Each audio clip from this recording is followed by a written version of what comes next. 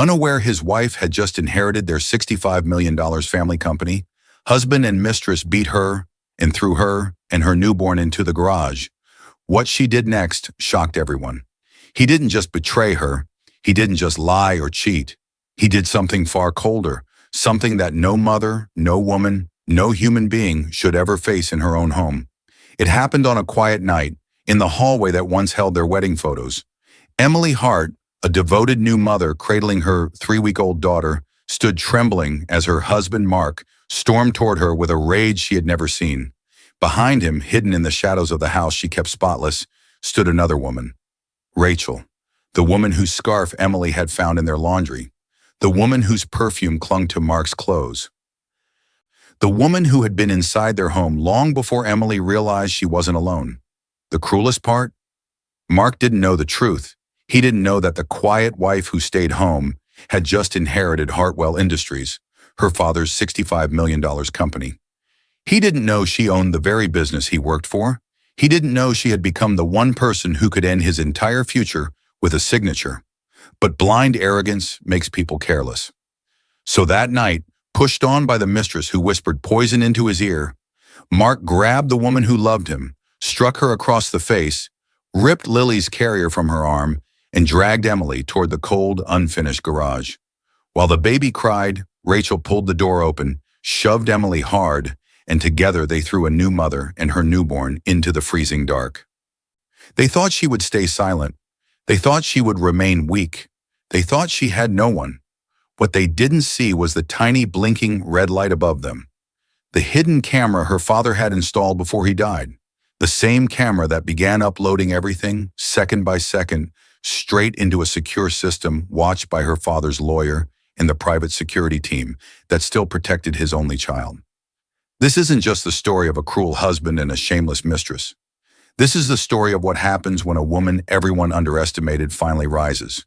With truth, with evidence, with power she never wanted, but now needed to use. Dear viewers, thank you for being here. If you watch without subscribing, it's like leaving Emily alone in that cold garage the way Mark and Rachel did. When you subscribe, you stand with every quiet soul who was betrayed, underestimated, and still found the strength to rise again. Please subscribe now and tell me in the comments where you're watching from. The sound hit first, sharp, sudden, and far too loud for a peaceful home.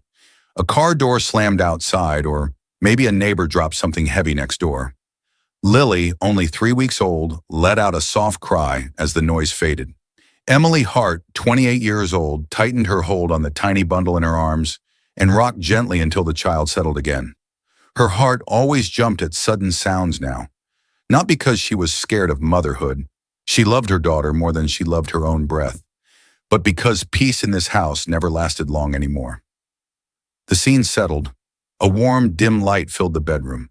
Emily sat on the edge of her bed, humming a soft tune her mother once used to sing. Her movements were careful, almost too careful, as if she feared even the room itself might hurt the baby if she made a wrong move. She wore a simple robe. Exhaustion sat under her eyes like a quiet shadow, but her face still carried softness. On the bedside table rested a small metal badge, smooth, gold-edged. Its surface caught the lamplight. Emily's fingers brushed against it every few minutes, an unconscious habit, a ritual built over years. At 12 years old, she had stood in her father's study, watching his proud eyes as he pressed that same badge into her palm. "You'll understand responsibility one day," he had said. She didn't understand then. She understood now. Emily Hart was the only child of Richard Hart, founder of Hartwell Industries, a company valued at $65 million. A company built on trust, loyalty, and quiet endurance. When her father passed unexpectedly 3 months earlier, she wished for nothing but more time with him. Instead, she received an inheritance she never asked for. The entire company, all assets, all shares. And with that inheritance came a lawyer she barely knew, a dozen legal documents she barely understood, and the weight of a legacy she didn't feel ready to carry. The lawyer, Mr. Fenton, a kind middle-aged man with calm eyes, had said in a steady voice, "Your father's will is final. You're the sole heir." Those words still echoed in her mind, but she hadn't told her husband yet. Mark Anderson, 32, her husband of 3 years, always said a woman shouldn't stress after childbirth. He insisted she quit her job during pregnancy for the baby's sake. He insisted she manage the house alone so he could focus on work. And he insisted she stay out of family business, claiming it would only overwhelm her. During the last months of her pregnancy, when Mark's phone broke, he had briefly signed into his messaging account on her old device, just for work. Ever since then, some of his messages still synced quietly to her phone. They had both forgotten about it until now, so she stayed quiet. She always stayed quiet. Her parents had never fought. Her father treated her mother like something rare and gentle. Emily believed marriage worked the same way if you gave enough love. She held that belief like a candle in a storm, trying to shield its flame from every harsh moment that came with Mark's changing moods. She tucked Lily closer and let her cheek rest against the baby's soft hair. The child's tiny breath steadied her own. She told herself she didn't mind the sacrifices. She told herself she didn't mind the long hours alone. She told herself she didn't mind the sudden coldness in Mark's voice these days. But deep inside, something small and scared whispered that she did mind. Her gaze drifted to the badge again. Her father had trusted her. He believed she had strength she had never thought she would need. A flash of memory flickered. Mr. Fenton's voice weeks before Lily's birth. "We'll keep everything quiet until you decide. Announcing it too soon could bring pressure or the wrong kind of interest. The company security team and I will monitor the house systems in the background. You'll get alerts too. You're not alone." "Emily?" She agreed. She wanted to see who Mark became when she had nothing to offer but love and loyalty. Lily shifted slightly in her arms, breaking the memory. Emily smiled down at her newborn's tiny face. She kissed her forehead gently, but the quiet moment cracked. Her phone buzzed against the sheets. The vibration was sharp in the still room, vibrating against her leg with an urgency that didn't feel right. Emily's breath hesitated. Carefully, she adjusted Lily onto a soft pillow beside her, making sure the baby was secure. She reached for the phone. The screen lit up. A message preview from a number not saved in her contacts, but synced through Mark's old login. "We can't keep sneaking around. She's getting suspicious." Emily froze. A chill moved slowly up her spine, cold and deliberate. Her fingers tightened around the phone. Her eyes rose instinctively toward the bedroom door, half expecting it to move. Who sent that? Sneaking around? Suspicious? Her heart thudded once, painfully. She stared again at her sleeping daughter, the one pure thing in her life, then at the badge, her father's legacy. Her chest pulled tight with fear, confusion, and a sudden rising dread she didn't yet know how to name. Somewhere in the house, a floorboard creaked. Emily held her breath, and in the hallway, faint and distant, a second phone buzzed. Mark's phone, just before falling silent. She didn't know it yet, but the first crack had already formed, and the sound it would make when it finally shattered would change everything. The front door slammed so hard the walls trembled. Lily startled awake in Emily's arms, crying loudly. Emily squeezed her daughter close, heart racing for reasons she couldn't name yet. The sudden noise, too forceful, too careless, felt like a warning shot cutting through the quiet house. Mark Anderson, 32, stepped into the hallway, breathing fast as if he'd rushed inside to hide something. His shirt was wrinkled, the top buttons undone, and something clung to him, a scent that wasn't his, a sweet perfume, light and floral, the kind Emily never used. He froze when he saw Emily holding Lily near the living room doorway, her eyes wide from the shock of the slammed door. And then, in a voice too calm to be real, he said, "Relax. You always overreact." He walked over, kissed Lily's forehead lightly, but didn't look at Emily. Not once. She watched him carefully, the message from her phone still burning like a knife behind her ribs. "We can't keep sneaking around." She's getting suspicious. She hadn't shown it to him. She hadn't even breathed a word. But her eyes had been searching him all evening, trying to catch the truth hiding behind his movements. And his movements gave her more answers than his words ever had. He set his bag down too quickly. He turned away from her too fast. He wiped something, lip gloss, off his shirt collar when he thought she wasn't looking. A small smear of pale pink. Emily's chest tightened. A sharp memory cut through her. Mark 2 years before, back when he was the man she thought he was. He used to walk into the house with open arms. He used to pull her close by the waist, laughing softly into her hair. He used to bring home flowers for no reason at all. He used to act like he couldn't breathe without her. But that man had been fading for months, replaced by someone colder, someone sharper around the edges, someone who now smelled like another woman. Emily swallowed her hurt and said quietly, "You're late." Mark stiffened. "I had work. Don't start." She didn't argue. She was too tired, too overwhelmed, and too confused. Instead, she followed him with her eyes. Every step, every twitch. He pulled out his phone and held it close to his chest, angling the screen away from her. A new lock screen appeared, complex numbers she'd never seen before. He noticed her looking and frowned.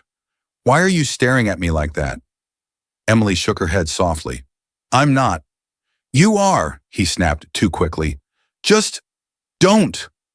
He brushed past her on his way to the kitchen, and she noticed he tucked his phone under his arm with unusual caution, as if fearing she might grab it. Another memory surfaced, a soft flashback. Emily and Mark during their first year of marriage, sharing passwords without hesitation, laughing over shared secrets. Back then, he would leave his phone on the table without a thought. Now he guarded it like a treasure. She steadied herself. "Can we talk about something? About a message I saw earlier?" His back stiffened. "What message?" He cut in sharply, spinning around. Emily's breath hitched. He hadn't said, "What message did you get?" He said, "What message?" As if he already feared which one she meant. She took a small step back. "A text popped up on my phone. Your account is still logged in from when your old phone broke. It said, 'We can't keep sneaking around.' She's getting suspicious." For 1 second, barely a heartbeat, his face drained of color. She saw it, a small crack in his calm. Then he covered it with a smile that didn't reach his eyes. "You shouldn't worry about things you don't understand." His tone was gentle, but the words were knives. He walked past her again, toward the back door. His phone buzzed. He stopped, glanced at her, then stepped outside to answer it. Through the doorframe, Emily heard it. Soft giggling, female, clear as day. Her breath trembled. She clutched Lily closer, afraid her shaking might wake the baby again. The giggling continued, along with Mark's low voice. Sweet, gentle, nothing like how he had spoken to her just seconds ago. When he finally walked back in, he forced a smile that sat wrong on his face. A smile pulled like a mask over panic. "Don't go snooping around," he said. His voice was calm, but his eyes were a warning. Emily didn't respond, didn't breathe, didn't blink. Her gaze drifted toward the garage door behind him. For the first time, she noticed it was slightly open, just an inch, like someone had used it recently and forgotten to close it properly. A thin draft moved through the hallway. Mark followed her stare and quickly nudged the door shut with his foot. Too quickly, too desperate, too familiar. Quietly, a thought rose in Emily's mind. Cold, alarming, impossible to ignore. What is he hiding in there? The sound of something soft hitting the floor snapped Emily out of her thoughts like a slap. Lily's tiny blanket had slipped from the laundry basket, landing beside the hamper with a sharp rustle that echoed too loudly in the quiet afternoon. Emily jerked upright, her nerves already stretched thin from the night before. The sudden noise felt like a warning again. Sharp, out of place, unsettling. She steadied her breathing, picked up the blanket, and reached into the hamper for the rest of the laundry. But halfway through, her fingers paused. Something smooth, silky, not hers. She pulled it out slowly. A scarf. Soft cream fabric with a delicate gold pattern. Elegant, expensive. Far too stylish for the simple things she usually wore. It didn't belong to her, and she had never seen it in the house before. Her heart dropped. A scent rose from the scarf. Light, floral, unmistakable. The same perfume she had smelled on Mark's shirt when he came home late. The scent that had clung to him like a silent confession. The same note she remembered faintly from that parked car near their house. Emily held the scarf with shaking fingers. Her throat tightened as cold panic crept up her spine. She forced herself to breathe quietly so Lily, asleep in her crib nearby, wouldn't sense her distress. She had suspected something. She had felt something wrong, But seeing proof, a physical object sitting in her own hamper, sent a deeper, sharper pain through her chest. A memory flickered to life. 2 weeks earlier, Emily had been returning from a short walk with Lily's stroller when she noticed a car parked a little too close to their home. Inside it, a woman sat behind the wheel, wearing dark glasses though the afternoon wasn't bright. The woman's head had followed Emily as she walked by, but when Emily waved politely, the woman looked away quickly, pretending to check her phone. Emily hadn't thought much of it. She assumed the woman was new to the neighborhood, a relative, a delivery driver on a break. But now the memory felt different, alive, threatening. She looked at the scarf again, and the soft perfume seemed to thicken the air. Emily's hands trembled, but she didn't cry. She forced herself to stay calm. Something inside her, the quiet part she usually ignored, told her not to confront Mark. Not yet, not without understanding more. She folded the scarf slowly, gently, even though her heart screamed. She didn't throw it away. She didn't leave it in the hamper. Instead, she walked to Lily's room, opened a small wooden box beneath the crib, the box where she kept Lily's birth bracelet and essential papers, and placed the scarf inside. Her first decision not made out of fear, but out of observation. Her first step toward finding the truth. Emily closed the box and sat on the edge of Lily's crib. The baby slept peacefully, tiny fingers curled into soft fists. Emily brushed a thumb across her daughter's cheek.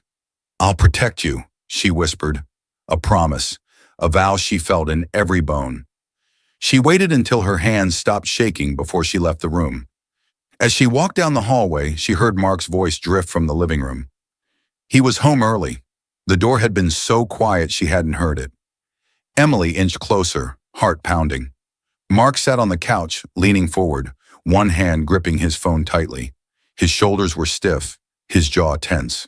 He typed quickly, glancing toward the hallway as if afraid someone might appear. Emily froze behind the corner wall, hidden. She could see his phone screen reflected faintly in the window. A message, short, urgent. "Tonight, same place." Her breath caught. Another message. He typed fast, deleted faster. He erased the entire thread, like it had never existed. Emily's hand went to her chest as if steadying a wound that wasn't visible, but felt painfully real. She stepped back quietly so he wouldn't see her. Every instinct urged her to confront him, to ask, to cry, to break. But she didn't. Something stronger held her still, something her father had taught her without words. Silence is power when you use it right. She went to the kitchen, forcing her breathing to steady. She reached for a glass of water, but her hand trembled so badly the glass clinked against the counter. Behind her, Mark cleared his throat loudly, a forced sound, like someone hiding guilt beneath noise. Emily didn't turn around. She couldn't. Not yet. Her eyes lowered to the floor, and she didn't miss the faint tracks of mud near the back door. Fresh, uneven, as if someone had used that entrance recently. A narrow pointed heel had left a sharper mark beside his heavier footprints. Someone who didn't want to be seen. Someone who already knew the way in. That night, when Lily finally slept and the house went quiet, Emily lay awake staring at the ceiling. The scarf, the perfume, the messages, the mud. Her father's badge on the nightstand. For the first time, a clear thought rose above the fear. I need help. Real help. And in her mind, one name stood out. Steady, safe, familiar. Mr. Fenton. The elevator doors slammed open with a metallic bang that echoed down the quiet hallway, startling Emily so hard she almost dropped the diaper bag. The baby carrier strap dug into her shoulder as Lily shifted inside it with a soft murmur. Emily's heart leapt into her throat. She wasn't used to being out of the house with Lily, and the sudden crash sent a wave of panic through her chest. It felt too loud, too violent, too much like the cracks forming at home. She pressed a hand against the inside of her coat, trying to calm her heartbeat as she stepped out into the long corridor. The building was older, the kind her father had always liked. Quiet, private, dependable. The carpet muffled her footsteps as she approached a frosted glass door with a brass nameplate. Fenton and Associates, legal offices. Mr. Charles Fenton, her father's longtime lawyer, waited inside. He was in his late 50s, with careful eyes and a tired gentleness that comforted her more than words ever could. He stood when she entered, giving her a respectful nod. His gaze went first to Lily, sleeping in the carrier against Emily's chest, then to Emily's face. "Emily," he greeted softly, "you look exhausted. Sit, please." She did. Her hands shook as she placed them in her lap. She hadn't slept well since finding the scarf, and she hadn't slept at all since hearing a strange woman giggle through her husband's phone as he stepped outside to take a work call.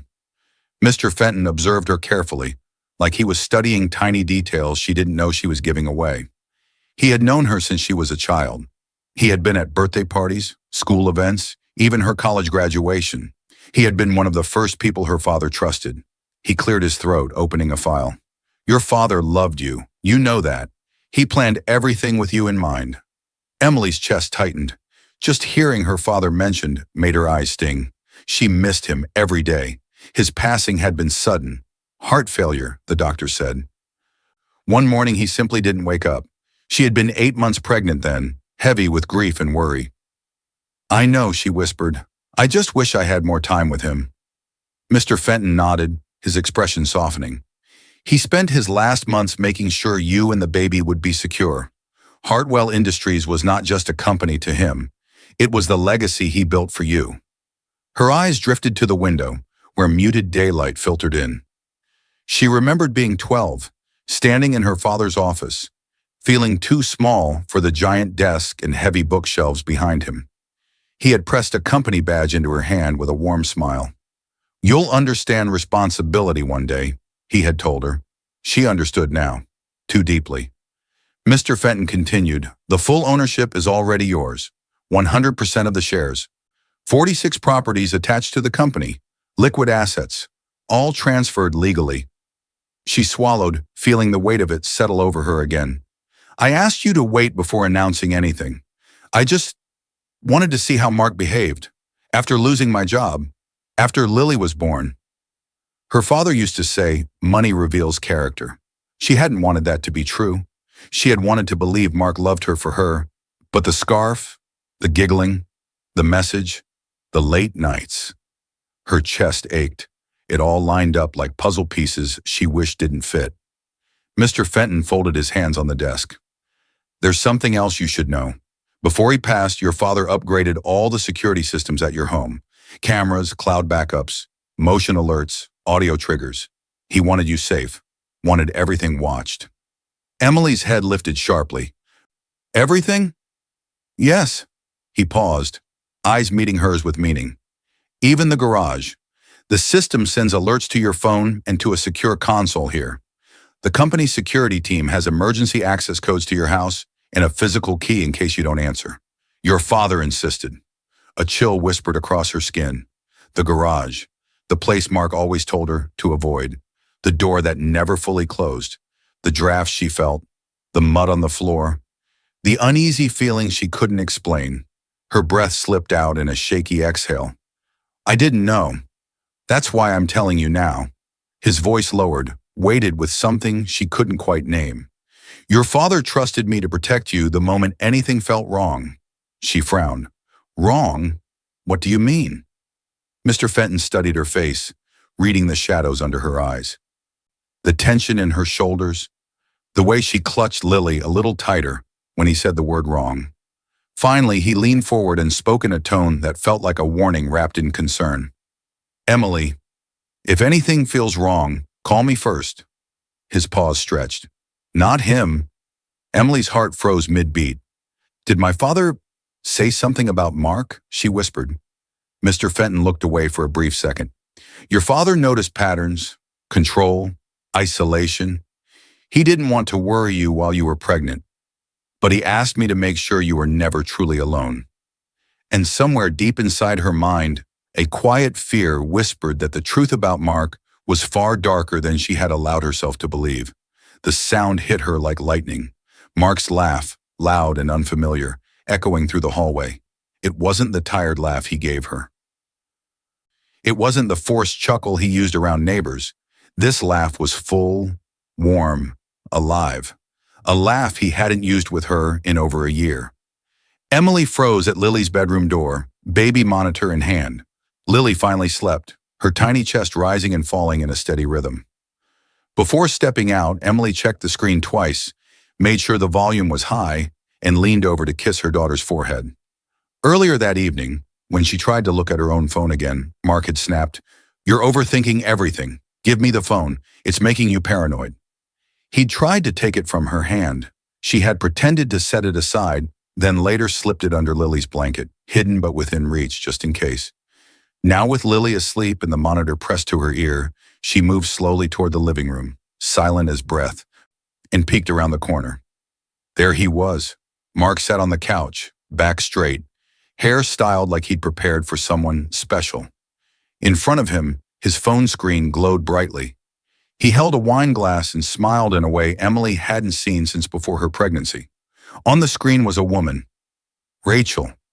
Emily didn't know her name yet, but the sight of that face, the same woman she had seen weeks ago sitting in a car near their house, hit her so hard she had to grip the wall to stay steady.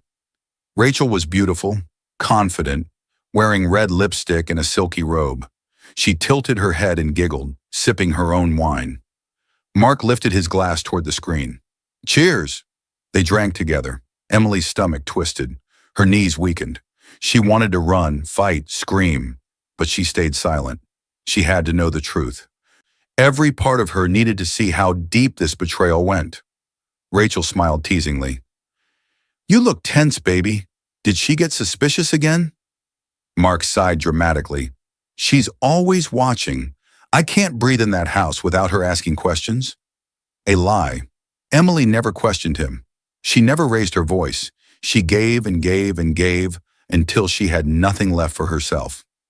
Rachel leaned closer to the screen. "It's because she knows she's losing you." She smirked. "But when she's gone, we'll finally be free." Emily's breath caught. Gone? Gone where? Gone how? Her hand trembled so hard the baby monitor nearly slipped. She pushed herself deeper into the shadows, careful not to make a sound. The monitor crackled softly with Lily's quiet breathing from the other room. Rachel swirled her wine. "You're doing so well, Mark. I'm proud of you." "She's breaking." "Exactly like you said." Emily's throat closed. Mark had spoken about her to this woman, complaining, insulting, twisting moments that had hurt Emily, but never once discussing them with her. Her mind spun back into memories. Mark criticizing her cooking, saying she was getting lazy. Mark complaining about her weight after childbirth. Mark snapping about the house not being clean enough when she could barely stand from exhaustion. Mark insulting her for crying when pregnancy hormones overwhelmed her. She remembered thinking, "He's stressed. He'll go back to normal. He loves me." She understood now. He hadn't been changing on his own. He had help. Rachel's influence had been seeping into him for months. Emily watched as Mark leaned back, his voice dropping into something darker. "I'm tired of this. She's too weak. Too dependent. You keep saying I need to handle it." Rachel's voice softened, almost affectionate. "Oh, Mark, you know what you need to do." Emily's blood ran cold. Do what? What exact thing was Rachel pushing him toward? Her fingers twitched toward the phone hidden under Lily's blanket in the next room, toward the man who had told her, "Call me first, not him." The crash slammed through the hallway like thunder. A door whipped open hard enough to shake the picture frames on the wall. Lily burst into frightened cries in Emily's arms, and Emily's heart jumped so violently she almost lost her balance. It was less than an hour after Emily had seen Mark laughing on a video call with the woman in the silky robe. She had slipped back to Lily's room, hidden her phone under the baby's blanket again, and pretended everything was normal when Mark walked past the nursery. Now nothing was normal. Mark stormed out of the living room with a rage she had never seen on him before, not even in their worst moments. His face was red, breath sharp, eyes wild with something Emily didn't recognize anymore. Something dark. Something fed by Rachel's whispers. Emily clutched Lily tighter, whispering, "It's okay, baby. I promise it's okay." Though her own voice trembled, she took a small step forward. "Mark, we need to talk." He spun toward her fast. "What did you hear?" His voice cracked with panic more than anger. Emily swallowed. "I heard enough. Mark, Who were you talking to? His chest heaved. His eyes darted around the room like he was searching for an escape. Then something even stranger happened. He looked toward the hallway behind Emily, as if checking whether someone else had been seen. Emily followed the direction of his gaze, and her blood went cold. From the hallway, a woman stepped into view. Rachel. Her beauty looked sharper in person. Dark hair curled perfectly, red lipstick, silky robe under a thin coat. She moved with confidence, like she belonged in this house, like she had walked these floors before, like she knew every corner. She had, because the scarf in the hamper had been hers, because the perfume on Mark had been hers, because the woman in the parked car near their home had been her, and because she was the face Emily had just seen glowing on Mark's phone screen. Rachel smiled, small, smug, victorious. She wasn't supposed to find out this soon. Emily's knees weakened. You were in my home? Rachel glanced around casually. I've been in your home a lot more than you think. Emily's fingers tightened around Lily. You both need to leave. Now, I'll call... Before she could finish, Mark closed the distance between them in 3 quick steps. Stop, he hissed. You're not calling anyone. He grabbed her wrist. His fingers dug into her skin so hard it felt like they could snap bone. Emily winced, shifting Lily higher to protect her. Mark, you're hurting me, she whispered. Rachel folded her arms, eyes cold. You said she was weak. Handle it. Something snapped in Mark then. He yanked Emily's arm away from her body and, in one sudden swing, struck her across the face with the back of his hand. The slap exploded against her cheek, sharp and shocking. Emily's head jerked sideways. White light flashed behind her eyes. Lily screamed at the sudden jolt. Emily stumbled, trying to stay upright so the baby wouldn't fall. Please, Mark, stop, she gasped, voice shaking. I'm holding Lily, please. Instead of stopping, Mark shoved her hard in the shoulder, slamming her back against the wall. Her head hit the plaster with a dull thud. Pain shot down her neck. Lily wailed louder, her tiny body pressed between Emily's chest and the impact. Rachel stepped closer, eyes narrowing. She's always playing the victim. Emily tried to move along the wall, to turn, to shield Lily from any more harm. Just let me take her to her room, she begged. I'll leave the room. I won't say anything. Just don't... Rachel rolled her eyes. Enough! She reached for the baby carrier still hanging from Emily's elbow and yanked it hard. Emily's arm twisted at an awkward angle. The strap bit into her skin. Let go, Rachel snapped. You're smothering her. She's a newborn, Emily cried. You're hurting her. Mark grabbed her other arm and pulled it away from Lily. His grip was hard, unforgiving. As Emily fought to keep hold of her child, he jerked her forward and drove his fist into her upper arm, just below the shoulder. Pain burned through the muscle. Emily's knees buckled.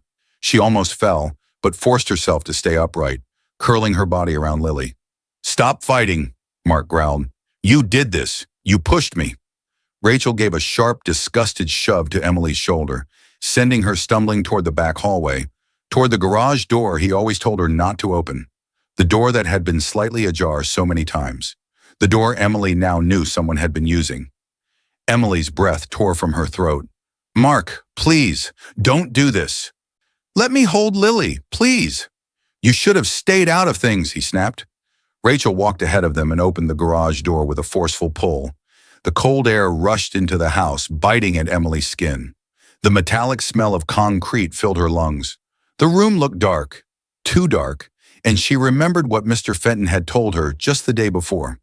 Even the garage. Mark, she whispered, voice breaking, please, Lily can't be in the cold. You're scaring her. He didn't listen. Mark wrenched her forward and shoved her through the doorway.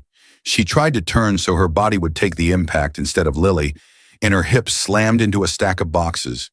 The pain radiated down her side. Rachel stepped in behind Mark and gave Emily one last hard push between the shoulders. Get in there. Maybe you'll finally stop whining. Emily stumbled deeper into the garage, barely catching herself before she fell. She clutched Lily so tightly her arms shook. Mark grabbed the edge of the door. Emily's eyes widened. No, Mark, no, don't shut. He slammed it. The heavy door clanged shut with finality, leaving mother and newborn in the cold dark. The silence afterward felt like a grave. Emily forced her breathing to steady. Her cheek throbbed where he hit her. Her wrist and arm burned where he had grabbed and punched her. She kissed Lily's forehead, whispering softly to calm her child's fear and her own. The darkness swallowed her, but she refused to panic. Then she saw it, a tiny red blinking light near the ceiling, a camera, her father's upgraded camera, recording, saving, watching, the cloud backup activated with a faint flash. Relief flooded her chest. Tears slipped down her cheeks, not only from pain or fear, but from hope. She looked up at the blinking red dot, voice barely a whisper. "Thank you, Dad." In the silence, a soft vibration hummed beneath Lily's blanket, unnoticed by Mark, unseen by Rachel, and carrying the message that would change everything. The cold wrapped around Emily so fast it stole her breath. The garage felt like a freezer, and the shock of it punched through her thin clothes, slicing straight to her bones. Lily cried harder, her tiny body shaking against Emily's chest. Emily's instincts exploded. She curled her whole body around her newborn, shielding her from the cold, the fear, the darkness. Her cheek burned where Mark's hand had struck her. Her upper arm throbbed from the blow of his fist. Her wrist and shoulder screamed from his grip and the shove into the wall. Every breath made her ribs ache. "Shh, baby. Mommy's here." Her voice cracked. She hoped Lily couldn't feel how terrified she was. She lowered herself slowly onto the concrete floor, careful not to jostle her child. The sting of the cold ground shot pain up her legs, but she didn't move.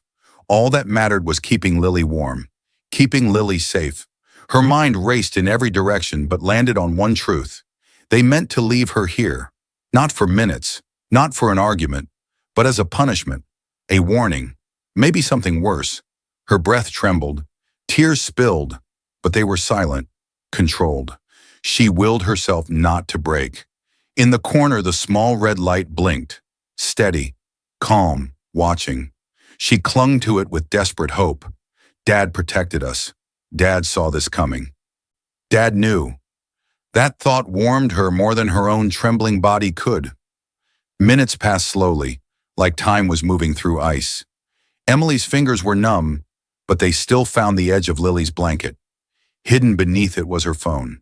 She had tucked it there earlier, after Mark tried to take it away, to stop you from overthinking. She hadn't trusted his sudden concern then. Now she knew why. Suddenly, the phone buzzed against her palm. A violent, bright shock tore through her chest. Emily gasped, fumbling to free the phone with stiff fingers. She shielded Lily with one arm while opening the screen with the other. The notification glowed. "Security alert! Motion and impact detected in garage. Are you safe?" Her breath cracked in relief and disbelief. This wasn't luck. This wasn't coincidence. Mr. Fenton had said it clearly. Her father upgraded everything, even the garage. With shaking hands, Emily typed back, "No, trapped with baby. He hit me. Please help us." The reply came fast. Too fast for a company that didn't care. Her father's people cared. They always had. Her father treated his staff with kindness, fairness, and respect. And they had loved him deeply.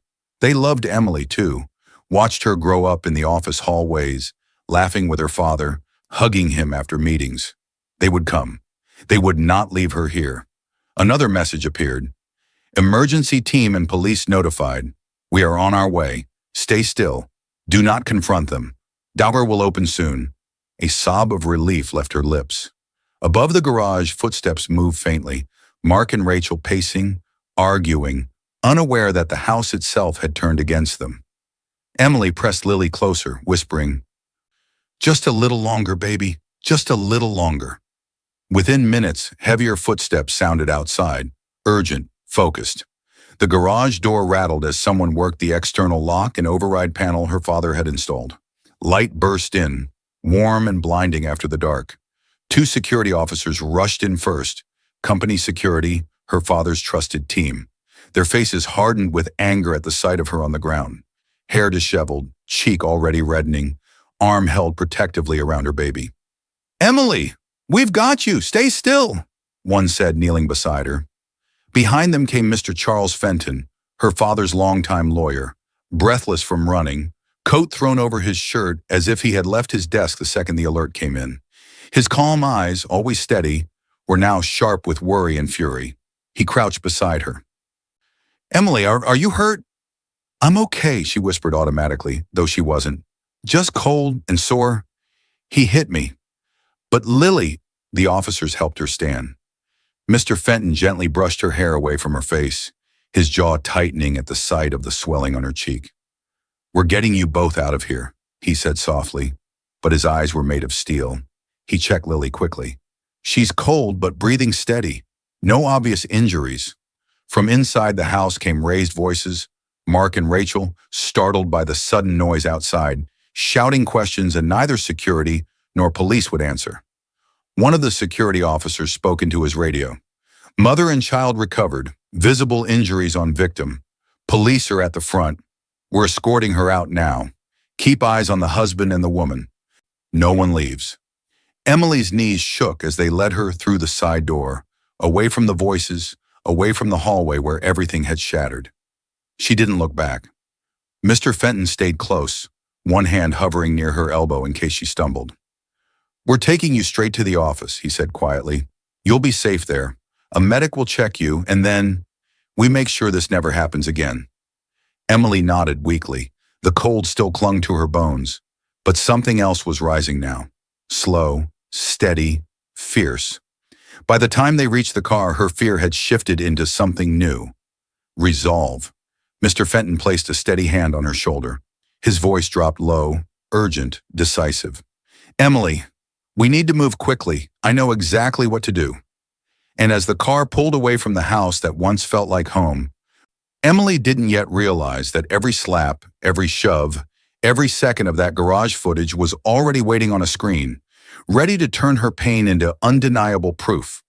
The office door slammed shut behind them so hard the windows rattled. Emily flinched before she could stop herself. Lily whimpered softly in her arms. The sound had been too sharp, too sudden, too much like the doors Mark had slammed before dragging her into the wall and then the garage. "Sorry," one of the security officers said quickly, lowering his hand from the closing door. "We just wanted to make sure no one follows and no one sees us from the hall." Emily nodded, breath shaky, arms tightening around her newborn. She was safe now. The officers had left another team at the house, waiting for the police to finish. Mark and Rachel weren't going anywhere. But her body didn't know safety yet. Every loud sound felt like danger. Every shadow felt like Mark or Rachel was hiding behind it. Mr. Fenton placed a gentle hand on her back and guided her deeper into his office. "Come, sit. We need to begin immediately." The room was warm and filled with soft light, so different from the icy garage. Emily sat down slowly, careful not to disturb Lily. The baby had fallen asleep again, nestled against her chest, unaware of the storm unfolding around her. A woman in a medical uniform, one of the company's contracted nurses, stepped in quietly. "Ms. Hart, may I check you quickly?" Emily nodded. The nurse examined her cheek, her upper arm, her wrist. "Bruising is already forming," she said softly. "We'll document this with photos if that's all right. It will help in court." Emily hesitated, then nodded again. "If it keeps Lily safe, do whatever you need." The nurse took pictures gently, respectfully. Emily tried not to think about how she'd gotten each mark. A large screen blinked on in front of them. The garage footage loaded, clear, sharp, unmistakable, pulled directly from the cloud backup her father had insisted on. Emily's breath caught the moment she saw herself on the screen. The shaking, the fear, the way she curled around Lily, the way Mark's hands struck her face, the way his fists drove into her arm, the way Rachel shoved her toward the dark. It didn't feel real. It felt like watching someone else, someone she wanted to save. Mr. Fenton watched her, not the screen. "This is strong evidence. They didn't know the camera existed. They didn't know everything your father installed backed up to the cloud." Emily swallowed, voice breaking. He saved us, even after he was gone." "He did," Mr. Fenton said firmly, "and now we will make sure his protection continues." He clicked a button. The footage replayed, but this time slowed down. Every detail was visible. The moment Mark's hand connected with her cheek, the angle of his fist slamming into her arm, Rachel's smirk as she pushed Emily toward the garage, the cold air swirling in as the door opened, the panic in Emily's eyes. The moment the door slammed shut on them, Emily looked away, pressing her lips together to keep from crying. "What now?" she whispered. Mr. Fenton stood, gathering documents with swift, precise movements. "Now we act." One of the security officers stepped forward. "The police have already separated Mark and Rachel and are taking statements. We've sent them copies of the footage and the motion alert log. They've marked this as domestic assault and unlawful restraint. Child endangerment is being reviewed as well." Another officer added, "An emergency protection order request is already in. With this video and the photographs of your injuries, it will be hard for the court to refuse. Neither of them will be allowed near you or your child." Emily felt her shoulders loosen, just slightly. Mr. Fenton placed a set of papers in front of her. "This is the divorce petition. We're filing on grounds of domestic violence, endangerment, and abuse. It will move quickly, at least for temporary orders." She stared at the papers, chest tightening. She had loved Mark. He had once been the man she chose, the man she thought would protect her. She had promised forever. And now she was signing the end of everything. Her hand trembled as she picked up the pen. "He changed," she whispered. "No." Mr. Fenton shook his head gently. "He chose to hurt you. He let someone encourage his worst parts. But his actions were his own." Emily signed. A single tear fell onto the paper. Mr. Fenton continued, voice steady and sharp. "And one more thing." He pulled out another file, thicker, official-looking, marked with the company seal. "The board has been informed of what happened, and they've seen this footage. Since Mark is a mid-level manager at Hartwell Industries, and since you are now the owner—" Emily's heart paused. He looked her directly in the eyes. "He has been removed from his position, effective immediately. All access to company properties, accounts, and files has been revoked. His badge will no longer work. His email is suspended. He has no authority there." Emily's breath trembled with a mix of shock, grief, and a rising strength. "He doesn't know yet," Mr. Fenton added, "but he will soon." Her father's company, her inheritance, her power. She had never wanted to use any of it, but now she had to. For Lily, for herself. Mr. Fenton slowly slid a final document across the desk. "This," he said quietly, "is everything we will need for tomorrow's emergency hearing." Emily blinked. "What happens tomorrow?" He studied her face, a face bruised, shaken, but slowly waking into resolve. He placed the file gently into her hands. "We'll go to court. We'll show the judge exactly what he did. We'll ask for full temporary custody, a protection order, and formal recognition of your role as Hartwell's owner. You're not just a victim, Emily. You're a witness, and you're in charge now." Emily's fingers tightened around the folder. What if I'm not ready?" she whispered. "You are," he said softly. "You were the moment you stood up with those injuries and still thought first about your child." And as the clock in the lawyer's office ticked forward, tomorrow moved closer, carrying a reckoning where every bruise and every frame of that footage would speak louder than any excuse. The courtroom doors burst open with a force that made every head turn. The noise echoed like a warning, sharp and unforgiving. Emily stepped through them, Lily's soft blanket folded neatly in her hand. Not because she needed it today, but because holding it reminded her why she fought. Her steps were steady, calm, controlled. It had been only a few days since the night in the garage. The swelling on her cheek had lessened, but faint discoloration still lingered along her jaw. A long bruise shadowed her upper arm where Mark's fist had landed.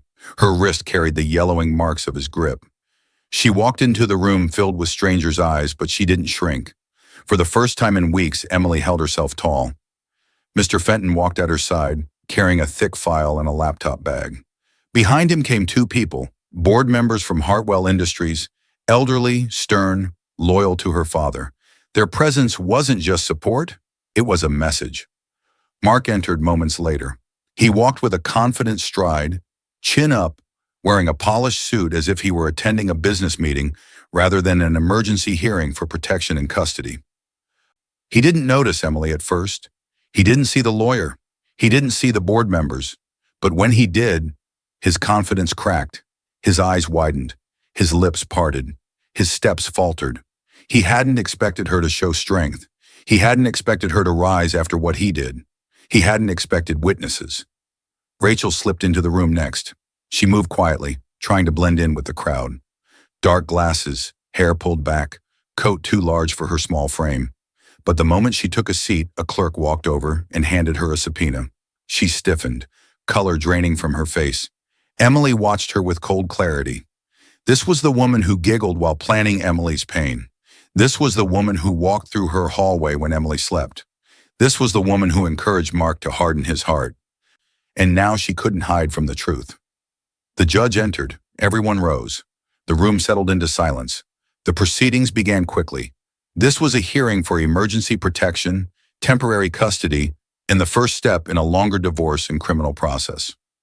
Mr. Fenton stood with practiced ease.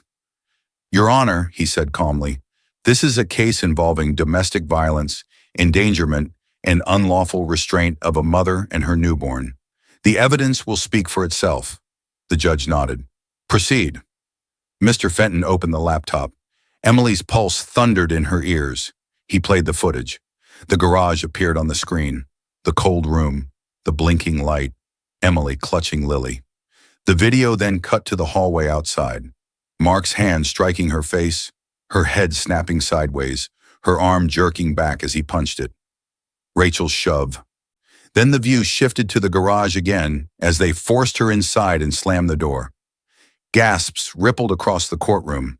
Mark's face blanched. His mouth dropped open, and he sank into his chair as if his legs could no longer hold him. Rachel slapped a hand over her lips, shaking her head in horror. Not at what they had done, but at being caught. The judge leaned forward, expression tight, controlled fury simmering beneath. Mr. Fenton let the footage finish before speaking. "Your Honor, this occurred with a 3-week-old infant in her arms. We also have photographs taken the same night at my office documenting bruising consistent with the video." He clicked again. Images appeared, Emily's cheek swollen and red, her upper arm darkening with the shape of a fist, her wrist marked where fingers had dug in. "The security system recorded motion and impact in the garage as well," Mr. Fenton added. "Alerts were sent automatically, which is how we reached her in time." The judge looked at Mark. "Do you have anything to say at this stage?" Mark broke. He stood shakily. "Your Honor, this looks bad, but I didn't mean, they were just arguments. Emily pushed me. Rachel stiffened. "Don't blame me. You were the one who hit her. I told you to calm down." Mr. Fenton raised a hand calmly. "Your Honor, you can also hear them turn on each other under oath." The courtroom dissolved into gasps and whispers as Mark and Rachel stared at each other with fresh hatred. Mr. Fenton took a breath. "Before closing, one more matter must be formally noted for the record." He signaled the board members. Both stepped forward. "Emily Hart," one of them said clearly, "as of 30 days ago, you were declared the legal owner of Hartwell Industries. You hold 100% of the shares." A shockwave passed through the courtroom. Emily didn't blink. She already knew. But the public announcement hit Mark like a violent blow. His job, his access, his power. Gone. The board member continued. "Following the events recorded in this footage, Mr. Mark Anderson's employment has been terminated. He has no access to company resources. Hartwell Industries supports Ms. Hart's petition for protection and full temporary custody and will cooperate fully with law enforcement in any criminal proceedings." Rachel's face drained to ash. She realized in one instant that Mark had nothing to offer her now. Nothing. No future. No money. No security. She stood slowly, trying not to be noticed, and slipped out the side exit, leaving Mark without a backward glance. Mark staggered toward Emily after being told to sit back down, eyes glassy with panic. "Emily, please don't do this. Please, I'm begging you. I lost control, that's all. You know me. I didn't mean to hurt you that bad." Emily didn't speak. She stood perfectly still, Lily's blanket in her hand, strength in her spine.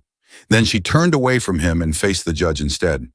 Behind her, the judge reached for the pen in the final document, the one that would grant Emily full temporary custody, a protection order, and set in motion the criminal case that would follow him long after this day. The moving truck door slammed shut so hard the noise shook the quiet morning. Emily jumped, clutching Lily protectively, her heart leaping the same way it had in the garage. Even now, weeks after the hearing, loud sounds still sent her mind racing back to the cold concrete, the sting of a hand across her face, and the echo of a door slamming behind her. But this time, when she lifted her eyes, she didn't see darkness. She saw her father's estate, wide open, sunlit, peaceful. Tall trees lined the long driveway like quiet guardians, and the air carried the scent of fresh grass and warm sunlight. The house itself stood firm and familiar, large, calm, strong, just like her father had always been. The security team, the same group who rescued her that night, moved around the property installing new locks and cameras. The board members had insisted on it. They wanted Emily and Lily safe in every way possible. Emily breathed in slowly. This place felt like a heartbeat, steady, warm, home. She walked toward the porch, Lily asleep against her chest, wrapped in a soft blanket. Her steps were slow, as if each one carried years of weight being lifted away. Inside the house, Mr. Fenton waited in the old study, her father's favorite room. Books lined the walls. A painting of the company's original building hung beside the desk. Emily had played on that rug as a child, building towers out of blocks while her father reviewed papers. Now she walked in as the owner of everything he built. "Emily," Mr. Fenton said warmly, "the board is ready whenever you are." She nodded, settling Lily in a bassinet beside the desk. "I'm ready." The board members joined them. Mr. Grant, who had known her father since before Emily was born, and Mrs. Lawson, a calm, brilliant woman who had guided company strategy for years.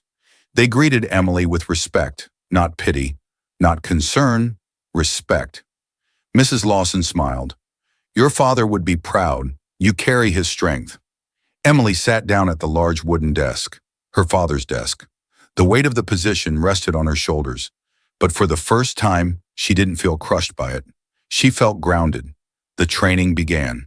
They explained the structure of the company, the board responsibilities, the transition plan now that she was CEO in training. Emily listened carefully, taking notes, asking questions. She wanted to learn. She wanted to rise. She wanted to honor her father's legacy. A flashback drifted gently into her mind, the day she graduated from college. She had been nervous, unsure what path she wanted. Her father hugged her tightly, eyes warm. "You'll rise when you're ready," he had whispered. She hadn't understood then. She understood now. She rose because she had to, because she needed to, because Lily needed her strong. The legal process moved forward too. After the emergency hearing came more hearings, more documents, more steps. She attended them all, with Mr. Fenton at her side, the board behind her, and Lily waiting safely at home with trusted care. And Mark? Mark Anderson lost everything. He lost his job, terminated the moment the board saw the footage of his hand on Emily's face and his fist in her arm. He lost his home. The protection order and court rulings forced him out, granting Emily and Lily full possession of the marital house until the divorce was final. He lost his mistress. Rachel cooperated with investigators to reduce her own exposure, then vanished from his life once she realized he had nothing left. He lost his reputation. The court records and the whispered retelling of the garage video spread further than he ever expected. And finally, months later, after the full criminal trial where the footage played again in front of another judge and another room full of strangers, he lost his freedom, sentenced for domestic assault, unlawful restraint, and endangerment. Emily did not celebrate his downfall. She did not smile at the destruction of a man she once loved, but she did not cry for him either. He had taken her trust and twisted it. He had tried to break her. He had put his own newborn child at risk. Some consequences come softly. Some come like storms. Hers came like the dawn, gentle, unstoppable, full of light. Later that evening, Emily stood at the back of the estate, holding Lily in her arms.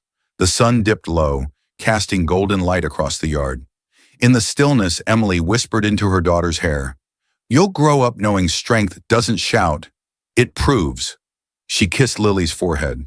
Her gaze drifted to the far corner of the property where an old storage garage stood, empty now, quiet, sunlight pouring through open doors. It was nothing like the one Mark had trapped her in, yet her heart still flinched at the sight of concrete and shadows. She stared at it for a long moment, feeling the weight of what had happened and the miracle of what had survived. The place where she almost lost everything had become the story that helped her find herself again. A soft breeze brushed against her cheek, and in it, she felt something like her father's presence, steady, gentle, proud. And somewhere beyond that breeze, beyond the estate's gates, beyond the new beginnings she held in her arms, something else was coming. Not danger, not fear, something new, something unexpected, something she would soon have to face, with the same quiet strength that had carried her out of that garage. I hope you enjoyed watching it as much as I enjoyed creating it. Like, share, and comment on the lessons you've learned. Let me know where you're watching from in the comments below. See you in my next video.